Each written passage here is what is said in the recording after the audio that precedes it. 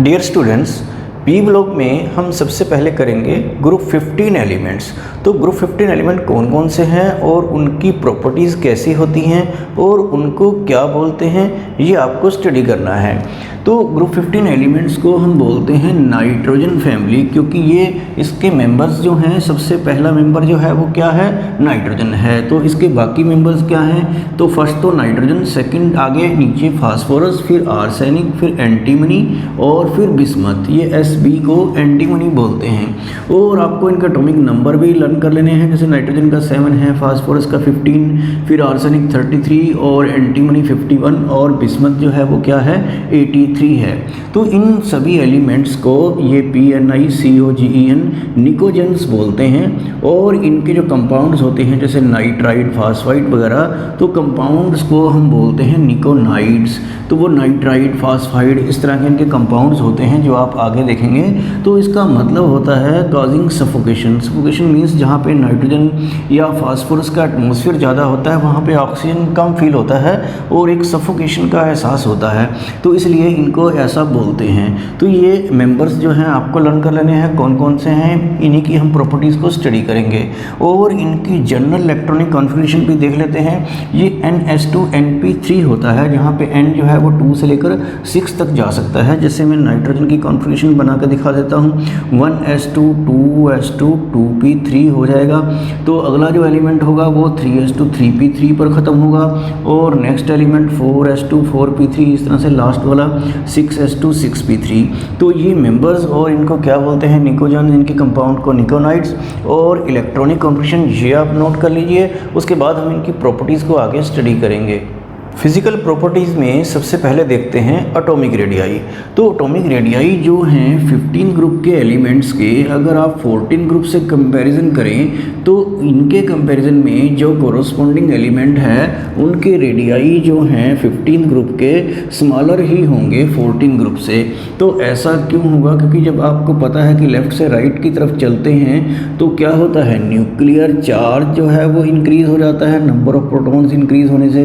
तो nuclear charge increase होने से न्यूक्लियस की तरफ इलेक्ट्रॉन क्लाउड ज़्यादा अट्रैक्ट हो जाती है और साइज जो है वो क्या होता है, डिक्रीज होता है। तो ये आपने पहले भी पढ़ रखा है। तो आपको नोट ये करना है कि their radii are smaller as compare to the radii of group 14 elements due to greater nuclear charge. तो इनके रेडियाई उनसे तो छोटे ही हैं। और नीचे आते आते एटॉमिक रेडियस जो है ग्रुप में, ये आपको पता ही है कि क्या होता है, इंक्रीज होता है। तो इसका रीज़न क्या लिखेंगे, due to increase in number of shell. तो नंबर ऑफ शेल क्योंकि बढ़ते रहते हैं। अभी आपने कॉन्फ़िगरेशन देखी थी नाइट्रोजन की, ये 2s2 2p3 था और ये 3s2 3p3 means third shell तक जाएगा, ये फोर्थ फिफ्थ सिक्स्थ, इस तरह से नंबर ऑफ शेल्स बढ़ते जाएंगे और रेडियस जो है वो नीचे आते आते इंक्रीज़ होगा। लेकिन आपको यहाँ ध्यान रखना है कि यहाँ पर कुछ खास इंक्रीज़ नहीं होता है। तो उसका रीज़न जो होता है वो भी आपको समझना है, due to poor screening effect of D और एफ ऑर्बिटल्स। तो ये क्या है, ये मैं आपको कॉन्फ़िगरेशन से समझा देता हूँ कि यहाँ पर साइज कुछ खास इंक्रीज़ क्यों नहीं होता जब सब जगह पे होता है। तो नाइट्रोजन की कॉन्फ़िगरेशन जैसे आप देखते हैं 2s2 2p3 होती है और इसकी जो लास्ट कॉन्फ़िगरेशन होगी 3s2 3p3 और ये 4s2 4p3 5s2 5p3 आ जाएगा और अगला एलिमेंट 6s2 6p3 आ जाएगा, इस तरह से। तो 5p से पहले जो है आपको ध्यान में रखना है कि 4d भी होता है। अगर आपने +1 में अहबो प्रिंसिपल के अकॉर्डिंग इलेक्ट्रॉनिक कॉन्फ़िगरेशन रीड की हैं तो यहाँ पर क्या आ जाएगा, 5d आ जाएगा और 5d से पहले 4f भी आता है। तो ये d या f ऑर्बिटल जो होते हैं, तो d या f ऑर्बिटल्स का क्या होता है, पुअर स्क्रीनिंग इफेक्ट होता है, जिसके बारे में आप d और f ब्लॉक वाले चैप्टर में पढ़ेंगे जो इससे नेक्स्ट है। तो पुअर स्क्रीनिंग इफेक्ट d या f ऑर्बिटल का होने की वजह से न्यूक्लियर चार्ज का इफेक्ट ज़्यादा हो जाता है, जिससे साइज थोड़ा कम हो जाता है, मीन्स कि उतना बड़ा नहीं होता जितना कि होना चाहिए। तो आपको यहाँ पे यही नोट करना है कि ग्रुप 15 के रेडियाई जो हैं 14 वालों से स्मॉलर हैं और नीचे आते आते इंक्रीज़ होता है radius due to increase in number of shell, और यहाँ पे जो है इंक्रीज़ बहुत कम है due to poor screening effect of D और एफ ऑर्बिटल। तो एटॉमिक रेडियाई में इतना ही आपको नोट करना है। सेकंड प्रॉपर्टी देख लेते हैं, वो है आयनेशन एंथैल्पी, या जिसे आप आयनेशन एनर्जी भी बोलते हैं। तो आयनेशन एंथैल्पी को ऐसे लिखते हैं डेल्टा आई एच, या आप शॉर्ट में इसको आई ऐसे भी लिखते हैं। तो आपको पहले तो वही जो है 14 ग्रुप के एलिमेंट से इसका कंपैरिजन कर लेना है। तो आपको पता है कि इनके रेडियाई जो हैं 14th वालों से स्मॉलर हैं due to greater nuclear charge. तो आप समझ में आ गया होगा आपको कि आयनेशन एनर्जी या आयनेशन एंथैल्पी जो है वो 15 group elements is more than that of group 14 element, क्योंकि साइज छोटा होने से इलेक्ट्रॉन को रिमूव करना ज़्यादा डिफिकल्ट हो जाएगा, और लार्ज शेल के इलेक्ट्रॉन को रिमूव करना ही उसी को तो बोलते हैं आयनेशन एंथैल्पी। तो साइज छोटा होने से ज़्यादा एनर्जी लगानी पड़ती है इलेक्ट्रॉन को रिमूव करने में। तो यहाँ से आपको लग रहा होगा कि इनकी आयनेशन एनर्जी 15 की थोड़ी सी ज़्यादा होगी, क्योंकि साइज थोड़ा छोटा है, न्यूक्लियर चार्ज थोड़ा ज़्यादा है। लेकिन ये 15 ग्रुप की आयनेशन एंथैल्पी जो है 14 से काफ़ी ज़्यादा होती है। तो वो काफ़ी ज़्यादा क्यों होती है? तो इसका एक रीज़न तो यही है, small size and greater nuclear charge, ये तो है ही है। उसके अलावा और क्या है ये भी आपको देखना है। तो अगर आपने ग्रुप 15 एलिमेंट्स की कॉन्फ़िगरेशन ध्यान से देखी है तो उसमें आपको देखकर पता चलेगा कि उनकी एग्जैक्टली हाफ फील्ड कॉन्फ़िगरेशन को क्या बोलते हैं? स्टेबल कॉन्फ़िगरेशन बोलते हैं।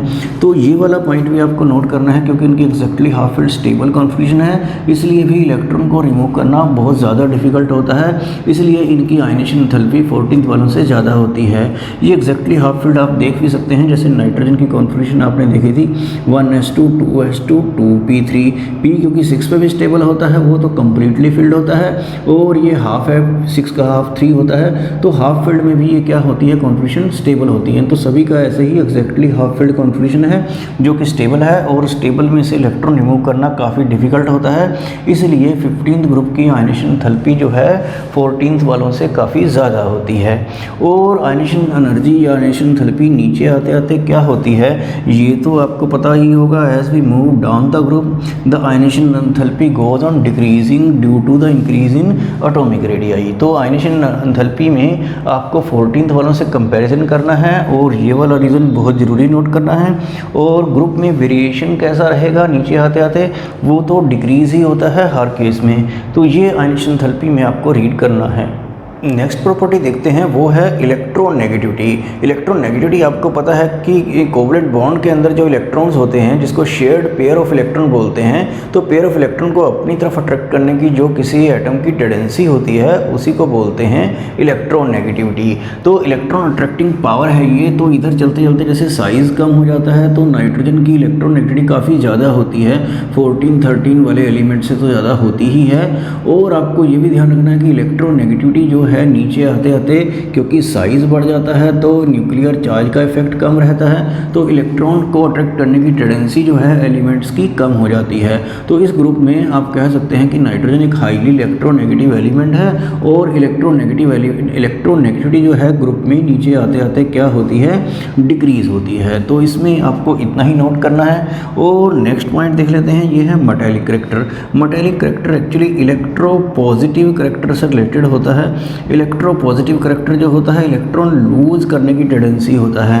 तो ये जो नाइट्रोजन फास्फोरस हैं इनकी तो क्योंकि स्मॉल साइज है तो इलेक्ट्रॉन लूज करने की टेंडेंसी इनकी नहीं है, तो इसलिए ये मेटालिक नहीं है। तो मेटालिक करैक्टर हर ग्रुप में नीचे आते आते हमेशा क्या होता है?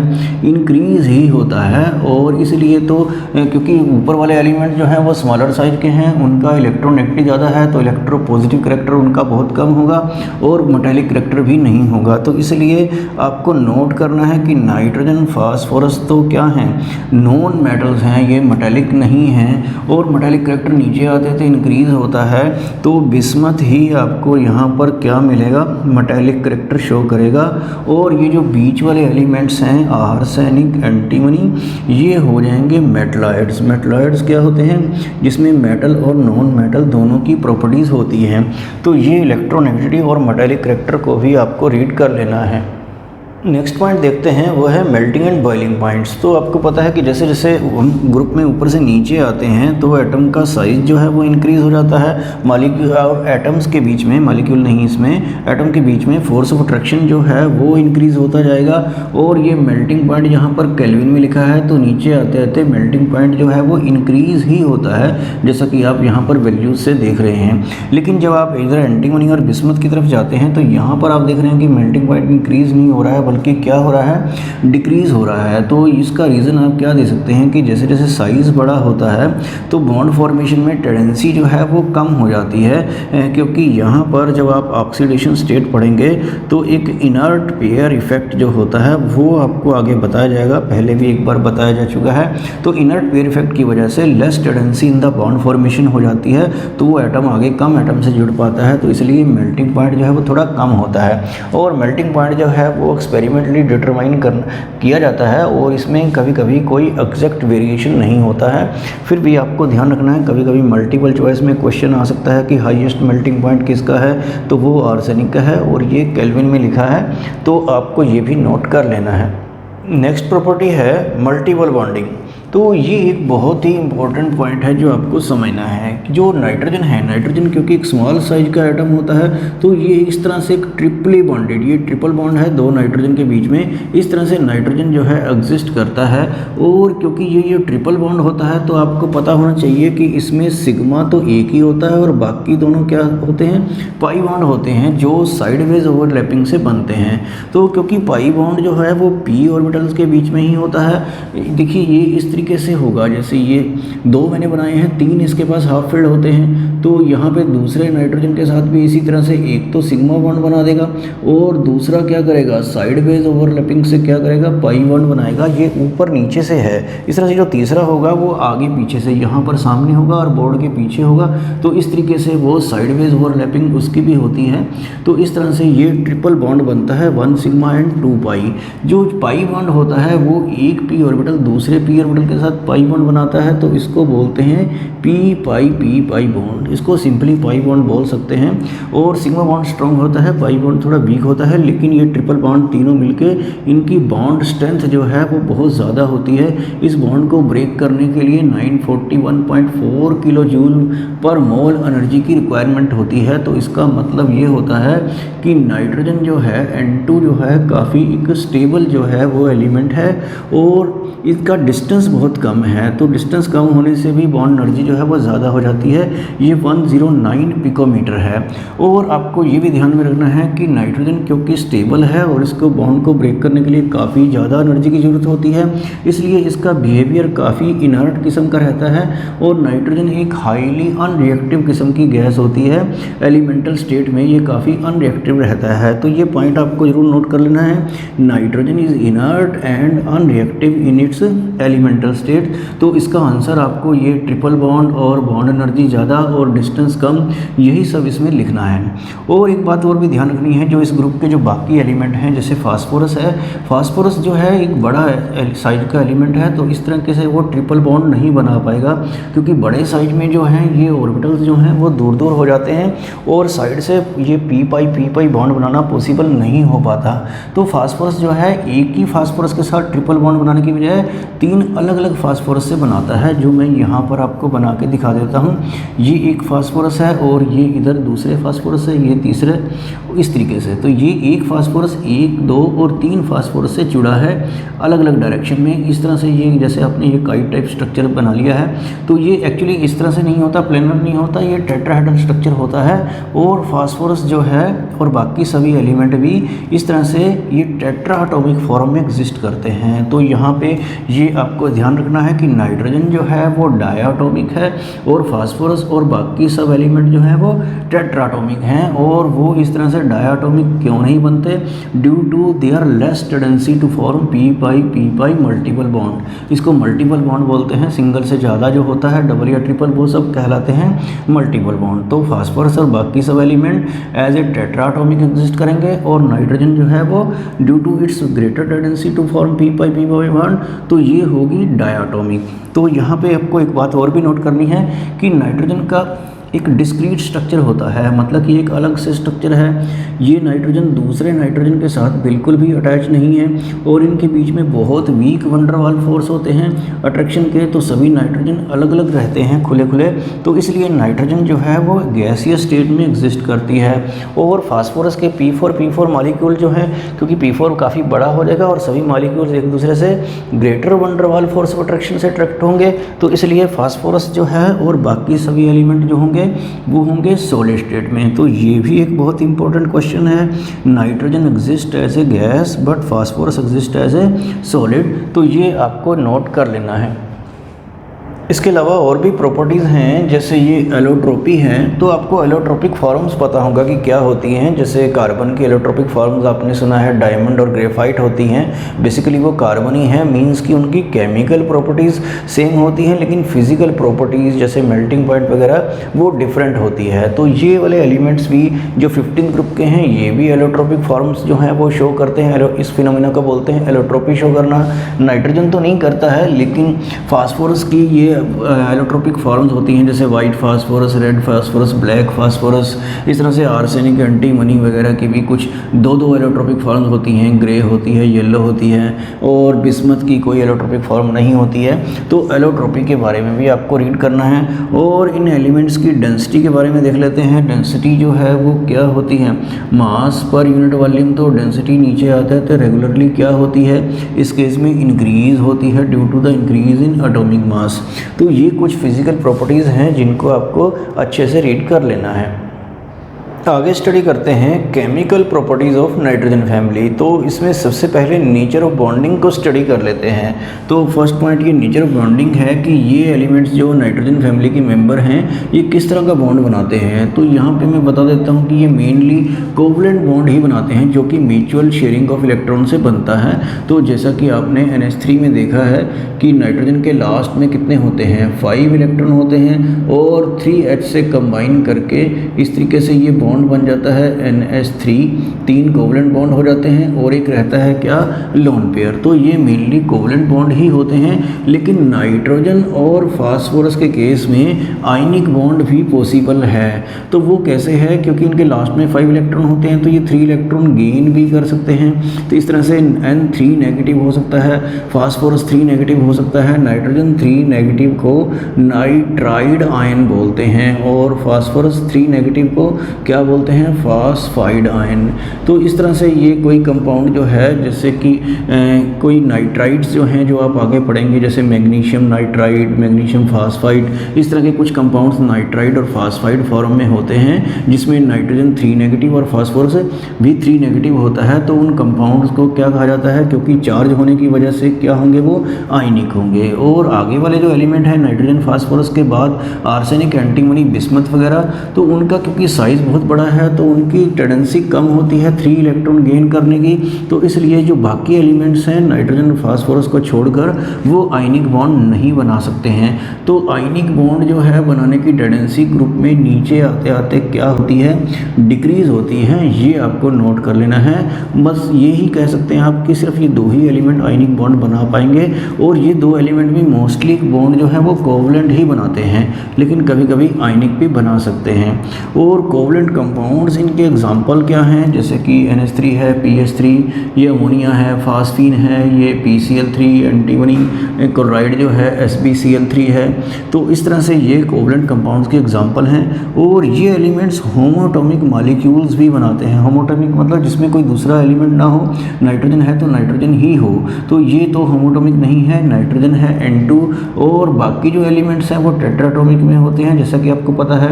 तो ये P4, आर्सेनिक 4 और एंटीमनी ये इस तरह से 4 इसके साथ होगा। तो इस तरह के मॉलिक्यूल्स की फॉर्मेशन इसमें होती है, मोस्टली कोवलेंट ही होती है, लेकिन 2 केसेस में आयनिक हो सकती है। नेक्स्ट प्रॉपर्टी है ऑक्सीडेशन स्टेट। तो ये प्रॉपर्टी जो है बहुत इंपॉर्टेंट है, आपको इसको ठीक से समझना है। तो ऑक्सीडेशन स्टेट जो चार्ज होता है जब किसी एलिमेंट किसी दूसरे के साथ कंबाइन करता है तो उस केस में ऑक्सीडेशन स्टेट होती है। तो जैसे नाइट्रोजन और फास्फोरस तो आपको पता है कि 3 इलेक्ट्रॉन गेन भी कर सकते हैं स्मॉल साइज की वजह से। तो मोस्ट कॉमन ऑक्सीडेशन स्टेट आप कह सकते हैं नाइट्रोजन की -3 होती है, फास्फोरस की भी -3 होती ही है, लेकिन क्योंकि उसके लास्ट में 5 इलेक्ट्रॉन है तो वो 5 इलेक्ट्रॉन शेयर कर सकता है, तो ये मोस्टली जो है +5 ऑक्सीडेशन स्टेट भी शो करता है। ये जो स्मॉल एलिमेंट्स होते हैं इनकी -3 के अलावा -2 -1 ऑक्सीडेशन स्टेट भी हो जाती है।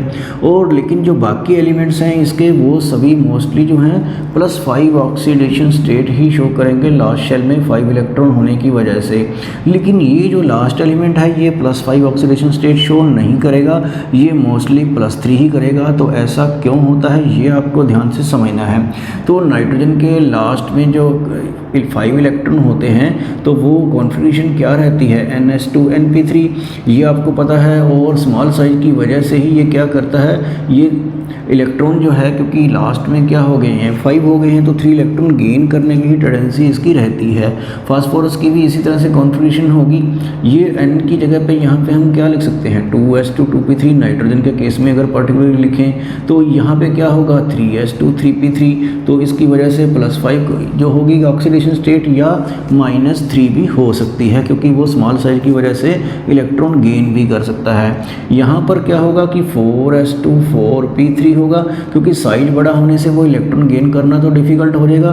तो मोस्टली ऑक्सीडेशन स्टेट क्या रहेगी +5 और इस केस में भी +5। यहाँ पे क्या कॉन्फ़िगरेशन होगी 5s2 5p3, लेकिन यहाँ पे क्या होगी 6s2 6p3। तो आप देख रहे हैं कि जैसे जैसे साइज बढ़ता जाएगा s और p का गैप बढ़ जाता है और ये एक pair of electron bond formation में पार्टिसिपेट करना बंद कर देता है, जिसकी वजह से +5 की बजाय इसकी मोस्टली +3 ऑक्सीडेशन स्टेट ही ज़्यादा स्टेबल रहती है।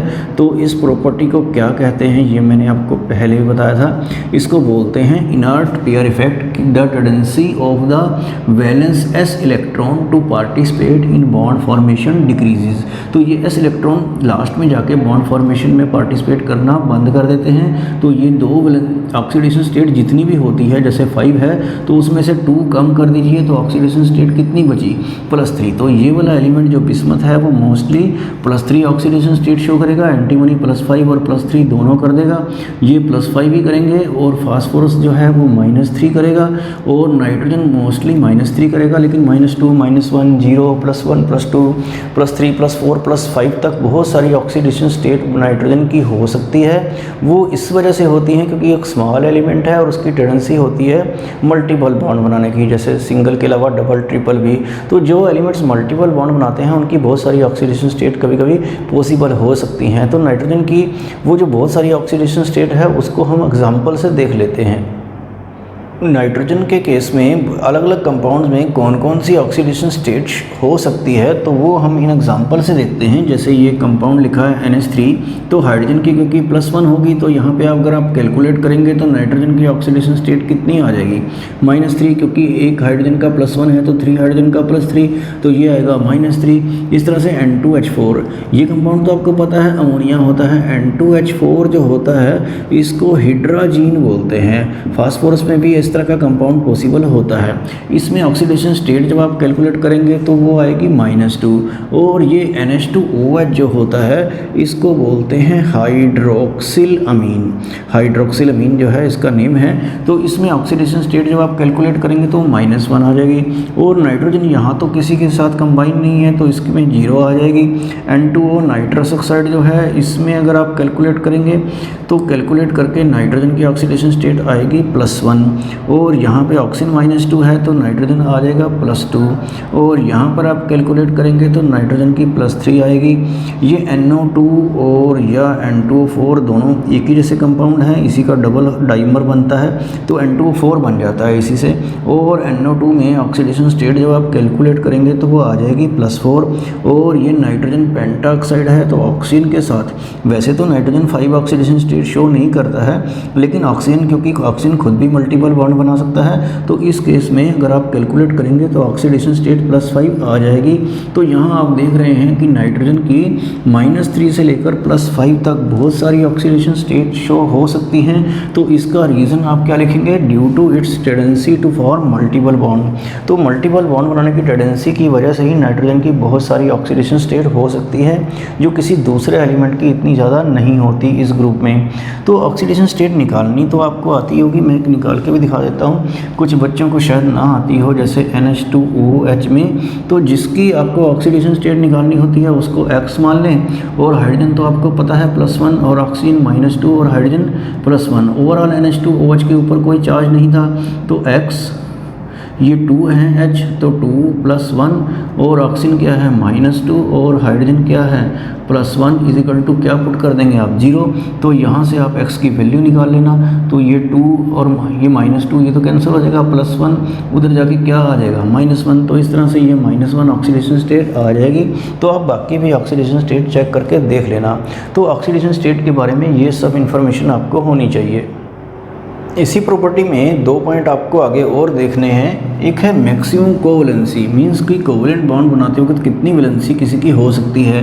तो आपको याद रखना है कि नाइट्रोजन जो है इस तरह से NF5 या NCl5 इस टाइप के कंपाउंड नहीं बनाता है, और क्योंकि इसमें ऑक्सीडेशन स्टेट तो मैंने बताया था नाइट्रोजन की +5 हो सकती है, लेकिन कोवैलेंट बॉन्ड बनाते वक्त जो है मतलब कि पाँचों बॉन्ड अलग अलग बनाने हों तो वो पॉसिबल नहीं होता है। तो वो क्यों नहीं आता ये आपको नोट करना है अभी। लेकिन फास्फोरस जो है इस तरह से PF5 PCl5 जो हैं, और बाकी एलिमेंट्स भी लास्ट वाले एलिमेंट को छोड़ के इस तरह से पेंटावैलेंसी जो है ये मैक्सिमम वैलेंसी है इसकी, तो ये पेंटावैलेंसी शो करते हैं बाकी एलिमेंट्स, नाइट्रोजन नहीं करता है। तो इसका रीज़न क्या देना है कि नाइट्रोजन के पास d ऑर्बिटल्स नहीं हैं, तो non availability of vacant d orbital in its valence shell.